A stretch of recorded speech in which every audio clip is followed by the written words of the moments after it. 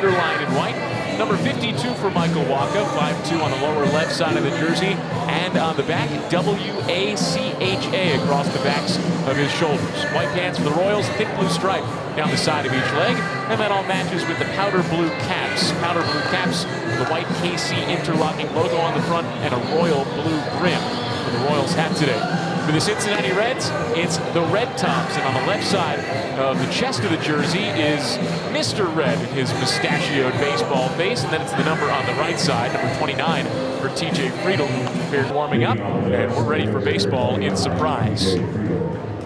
Again, 70 degrees, bright blue skies, puffy white clouds along the horizon, and a wind that is whipping out to straightaway left. Friedl steps to the plate.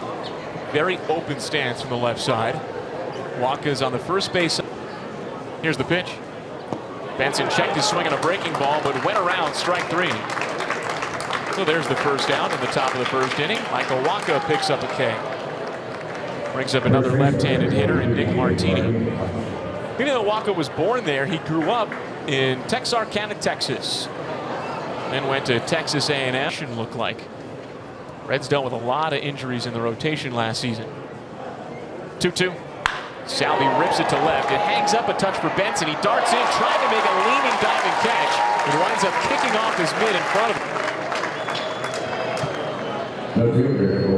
I think the sound and the batter made it for Will Benson that he anticipated that ball left arm. The pitch. Melendez hits it sharply through the right side of base hit into right field. Harrison tried to make it. Salvi goes to second. MJ's on at first. And that brings up Hunter Renfroe.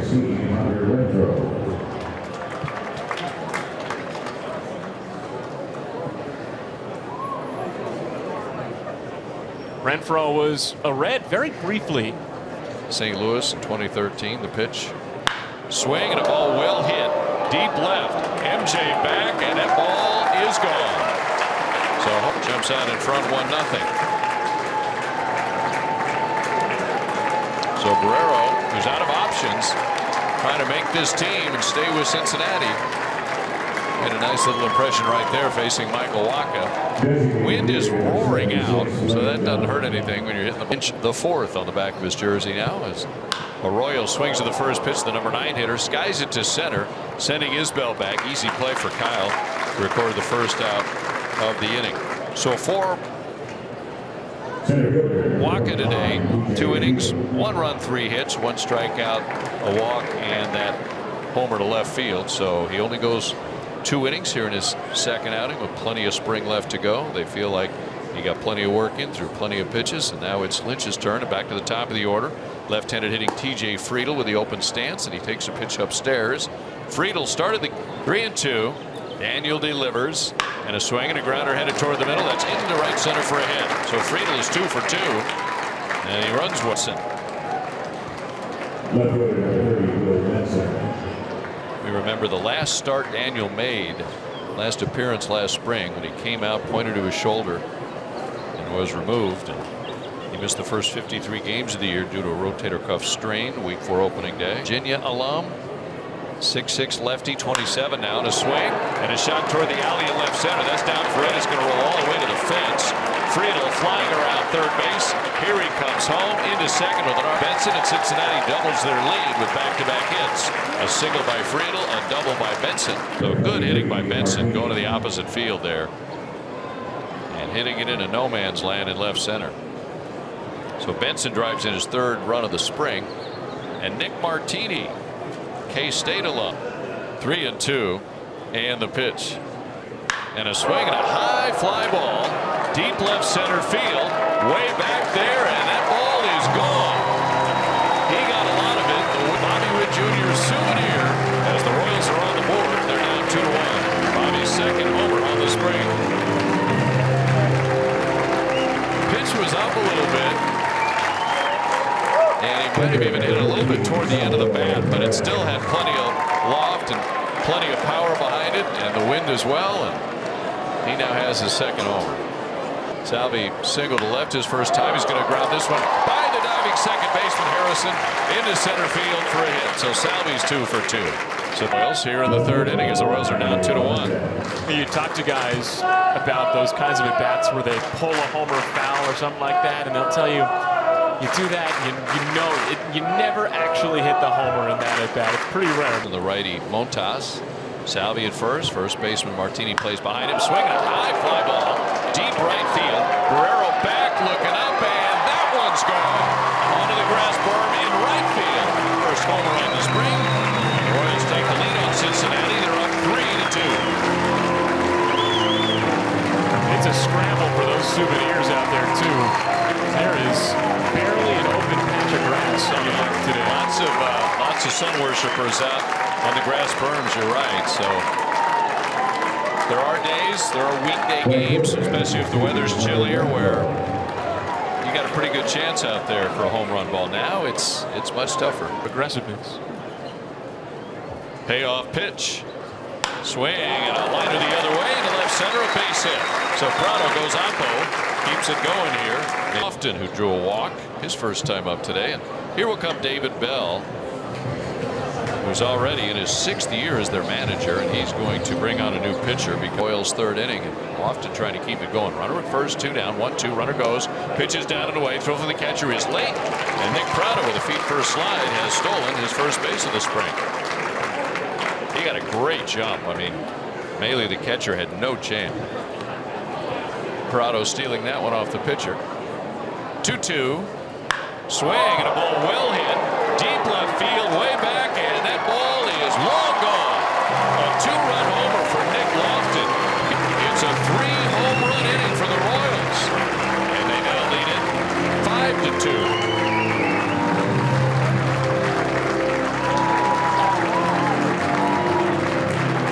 So yesterday it was Cleveland that was playing long ball and hitting 5 home runs. Today the Royals are doing that with Bobby Witt, MJ Melendez, and now Nick Lofton all going deep in this so far 5-run third inning.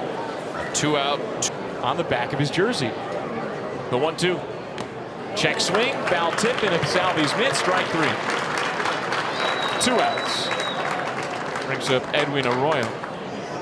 First K for Lynch today. The Royals a switch hitter batting right-handed. Royals lead 5-2, top of the 4th. Runner on first. He delivers. Nola bounces it towards shortstop. Arroyo scoops it up, slings to first, a little low, and Martini can't make the pick. So Nola's safe at first, and that should be an error on Edwin. It is in fact an error. The Royals lineup turns over back to the top for Michael Massey. He's 0 for 2 today. 0-2. Salvi rips it back up the middle, base hit into center field. Nola rounds third, standing. Salvi's 3 for 3, and his latest is an RBI single. The Royals extend their lead at 6-2 in the bottom of the 4th inning. Up with a 3-hit day.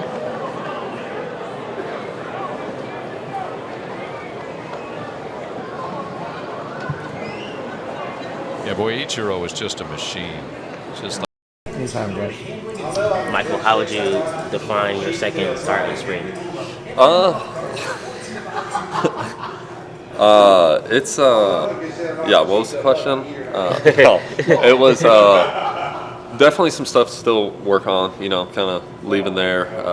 Got a few things on my mind that I need to address in the bullpen and some catch play leading up to the next outing. But, you know, throwing strikes, you know, getting ahead for the most part, working on a few things out there. So, you know, maybe went to some things in different counts that I normally wouldn't do, but this is the time to try those things. And so overall, I was pleased with it, and you know, taking away that, you know, got some things to work on. Moving forward though, for sure. I know when the Royals signed you, one of the first things you said was you're gonna make the other team put the ball in play. So how have you liked your defense so far, just behind you? Yeah, no, they've been playing great. You know, was yeah, that's kind of my MO. You know, getting ahead of guys and trying to put them away as quickly as possible. Create that weak contact, and you know, let the defense play behind me. And you know, been very impressed. You know, watching first couple weeks of these games. You know, the guys are picking it and tracking them down out there in the outfield for sure. got to erase a guy at second base, the pickoff move too. Yep. That's a good sign in the spring, yeah. Right. No, I mean, it's stuff that we're working on in the backfields, and it's cool to bring it into the game and see it executed and be able to get outs on the base pass. And those are always feel extra good.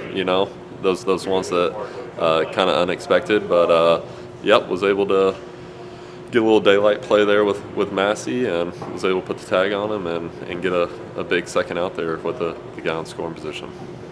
What was it like working with Austin Nola back there?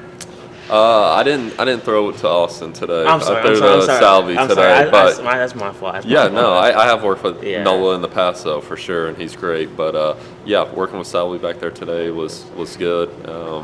Had a good plan going in there, and just was able to execute some pitches and some kind of drifting back towards the middle. But those are the things I kind of alluded to that need to be cleaned up a little bit. Yeah. How would you go back and work on those things in the bullpen session coming up? Just working on the command of those pitches. Yep. Gotcha. Yep. Getting where they need to be. Gotcha. That's it. Yep. How you doing? Michael, nice to Nick meet Lofton, you. pleasure to meet you. Man, Anytime, guys. ready? How do you feel? First home run this spring, your wife and your kid was here to watch it. Yeah, no, it was awesome. Second game for my son. Definitely, it's memorable for sure.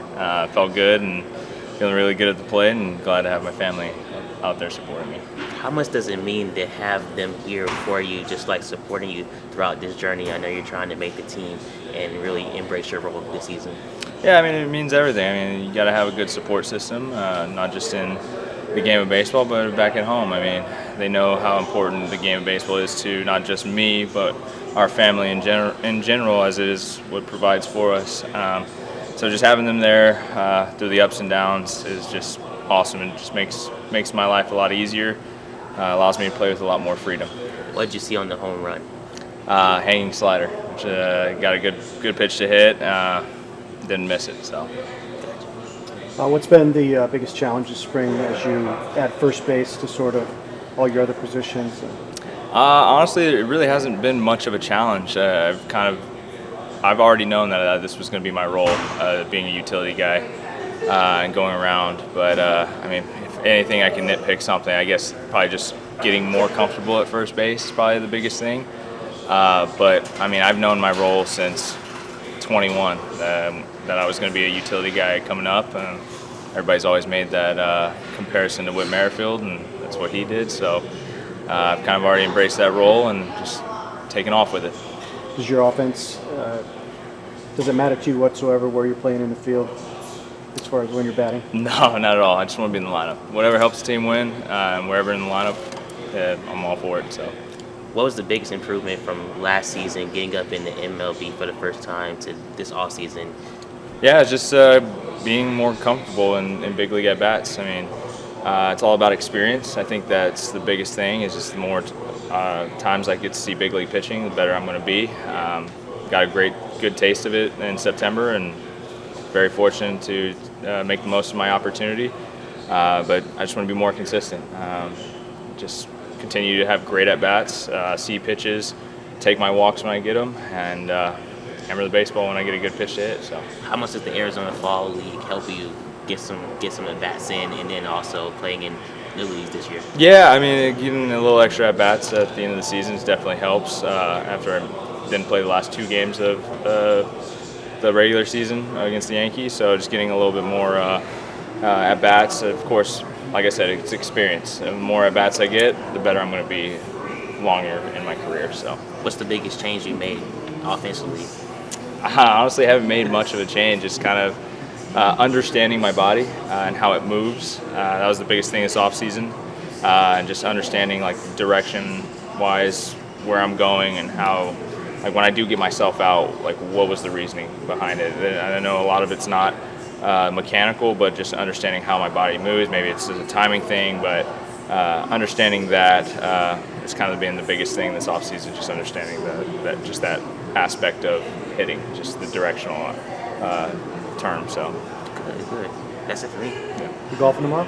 I wish. I got a 1-month-old. How's the game? I I mean, pretty good. I'm a 4 handicap, but unfortunately don't get to play in the Royals extravaganza tomorrow. So, I mean, I wish you get to play more when they turn like 11 or 12 years old. Yeah, I know. It's just, I mean, I've had to kind of hang up the cleats in that term, but I mean, I miss playing golf, but I'm excited to just hang out with my son tomorrow. So, Awesome. Thank you. Q, what do you think of Michael Wacha's performance today? Yeah, very consistent. I mean, he throws a ton of strikes. His tempo is good. Saw some good swings or good results on the changeup. I'm really happy with it. I want to ask you about Nick Lofton as well. He continues to put good swings on the ball. What'd you like about his home run that they hit there? Nick's a good hitter. He puts up good at-bats regardless, righty, lefty. He's very composed in the box, and I think the power will develop. What do you have to see from him to break camp with the club this year, you think? Oh, we have a lot of competition. We're too far from making a decision like that. He's just going to keep competing like everybody else is. The 5-run third inning, a couple of home runs. What do you like about your club continuing to be aggressive in the strike zone? Yeah, I mean, if you get good pitches to hit, put good swings on it. On a day like today too, the ball was jumping a little bit, but those guys hit balls solidly. They would have been out on any day, but they were controlling the strike zone early on, and that was a big part of it. Got 3 for 3 from Sal and a big home run from Bobby. Talk about the offense this year and how much what are you excited to see building on what they established last season? Well, I'm excited to see that. I mean, if we can sign me up for that every day, we'll be in good shape. I mean, but those guys are going to be a big part of what we do if we have success. Salvi and Bobby are going to be hitting somewhere in the middle of the order, top middle of the order, and if those guys produce, we're going to be all right. You like what you saw at Daniel Lynch today coming in, continuing to build up? Yeah, he's made some small mechanical adjustments and saw the velo tick up a little bit, and he was able to hold it, so that was good. That was nice to see. That's it for me. Appreciate it. All right. Thank you.